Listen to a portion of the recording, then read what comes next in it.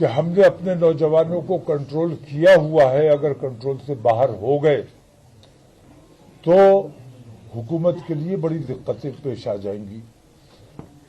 विश्व हिंदू परिषद और बजरंग दल जैसे संगठन हुकूमत की सरपरस्ती में जो बेईमानी कर रहे हैं, हिंदुस्तान की अदलिया हुकूमत के दबाव में जो बेईमानी कर रही है, मैं देख रहा हूं कि हुकूमत भी और अदालतें भी आज कानून के मुताबिक काम नहीं कर रही है, बल्कि अपनी आस्था के मुताबिक काम कर रही है और अपनी आस्था जबरदस्ती मुसलमानों पर थोपने की कोशिश की जा रही है।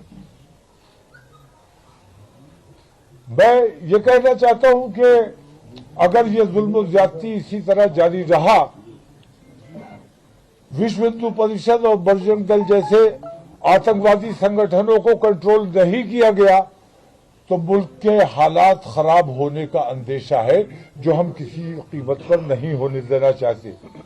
आज अगर हमारे मुल्क में अमन है, शांति है, उसकी वजह सिर्फ ये है कि हमने आज तक उन गुंडों, उन बदमाशों, उन आतंकवादियों का जवाब नहीं दिया है।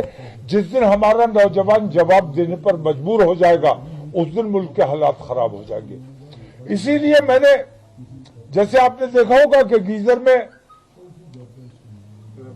सेफ्टी वॉल्व लगा होता है, लावा अंदर अंदर बहुत पनप रहा है, बहुत बड़ा ब्लास्ट हो सकता है। मैंने ये छोटा सा काम करके लोगों के जज्बात को कंट्रोल करने की कोशिश की है और सेफ्टी वॉल्व का काम किया है। मैंने उस प्रेशर को दूसरे रास्ते से निकाला है ताकि वो जो हमारे शहर का अमन खराब ना हो।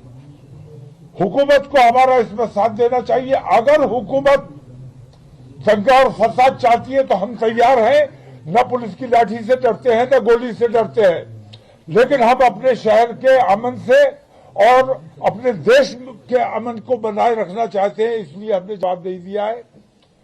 मेरी मांग ये है कि मुफ्ती सलमान अजहरी को फौरन रिहा किया जाए और ये जो बुलडोजर की कार्रवाई चल रही है, असल में मैं बुलडोजर की कार्रवाई की मुखालफत इसलिए कर रहा हूं कि ये कोर्ट का काम पुलिस ने अपने हाथ में लिया हुआ है। जब अदालतें मौजूद है, किसी ने अपराध किया है, उसको गिरफ्तार कीजिए, अदालत के सामने पेश कीजिए, अदालत उसे सजा दे या जो भी करे। लेकिन पुलिस जो बुलडोजर चला रही है, हुकूमत जो बुलडोजर चला रही है, इस बुलडोजर के खिलाफ सुप्रीम कोर्ट को सख्त संज्ञान लेना चाहिए। लेकिन मैं ये देख रहा हूं कि कहीं ना कहीं सुप्रीम कोर्ट जैसी संस्था सरकार के दबाव में काम कर रही है और ये हमारे देश के लिए बेहद घातक सिद्ध होगा। अगर देश में अमन चाहिए और भाईचारा चाहिए, जो हुकूमत की भी जिम्मेदारी है और हमारे सुप्रीम कोर्ट की भी जिम्मेदारी है, तमाम अदलिया की जिम्मेदारी है, अगर ये अमन व अमान बनाए रखना है तो बुलडोजर की कार्रवाई बंद होनी चाहिए और पुलिस को जो ज्यादा इख्तियारात दिए हुए हैं, उन इख्तियारात में कटौती की जानी चाहिए। जो बेईमानी की गई हैं, उन बेईमानियों को वापस किया जाना चाहिए।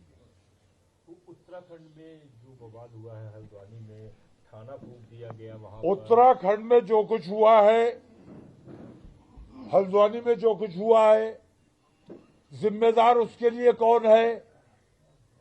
धामी पागल हो चुका है। उसने ये देखा कि नरेंद्र मोदी ने, जब वो मुख्यमंत्री हुआ करता था, तब उसने गोधरा कांड कराया, फसाद कराया, मुसलमानों का कत्लेआम कराया, प्रधानमंत्री बन गया। तो अब ये छोटे छोटे मेंढकियों ने भी पैर बढ़ाना शुरू किया है कि नरेंद्र मोदी प्रधानमंत्री बन गया तो हम भी मुसलमानों को सताएंगे, तो शायद हम भी प्रधानमंत्री बन जाएंगे।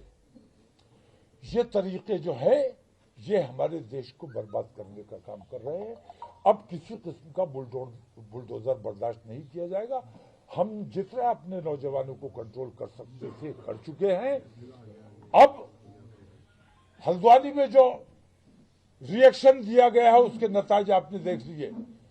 अगर जबरदस्ती वहां बुलडोजर ना चलाए, धामी उसका जिम्मेदार है। धामी के खिलाफ उस FIR होनी चाहिए, उसे गिरफ्तार किया जाना चाहिए।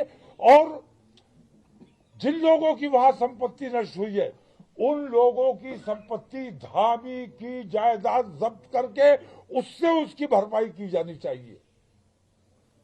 हजरत हल्द्वानी में पुलिस के द्वारा मारे गए 6 लोगों के बारे में भी सामने रिपोर्ट आई है, जहां पे मैं रिपोर्ट करके आ रहा हूं कि 6 लोगों को शहीद कर दिया गया होगा। पुलिस ने सीधे गोली मार के। पुलिस सीधे ही गोली मारेगी? पुलिस पैर पे गोली नहीं मारेगी। पैर पे गोली मारी जाती है बचाने के लिए, सीने पे गोली मारी जाती है, माथे पे गोली मारी जाती है मार डालने के लिए। और पुलिस, हुकूमत, हिंदूवादी संगठन, अदलिया, ये सारे के सारे आज हिंदुत्व की लाइन पर काम कर रहे हैं और मुसलमानों को हिंदुस्तान से खत्म कर देना चाहते हैं।